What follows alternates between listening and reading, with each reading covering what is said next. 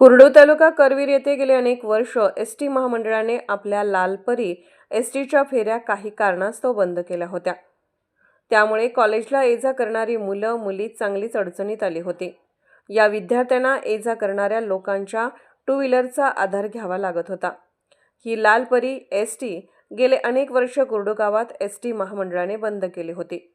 ही ST हळदी बस स्थानकापर्यंतच येत होती। त्यामुळे अनेक विद्यार्थी-विद्यार्थिनी यांना त्याचा चांगला त्रास सहन करावा लागत होता।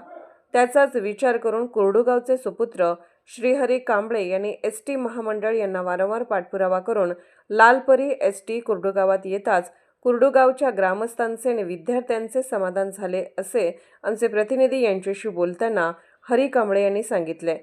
तसेच या विद्यार्थ्यांना दररोज कुर्डू गावात देवाळे हायस्कूलला 25 ते 30 मुली दररोज 5 ते 6 किलोमीटर असे अंतर पायी ये-जा करत होत्या। या लालपरी एसटीमुळे त्यांना अभ्यास करण्यास चांगलाच दिलासा मिळाल्याचे ग्रामस्थातून बोलले जाते। हरी कांबळे यांचे कुर्डू गावासह भागात विद्यार्थी आणि पालकातून व शेतकऱ्यातून कौतुक होत आहे। सतर्क लाईव्ह न्यूजसाठी वडणगे प्रतिनिधी ज्योतिराम घोडके।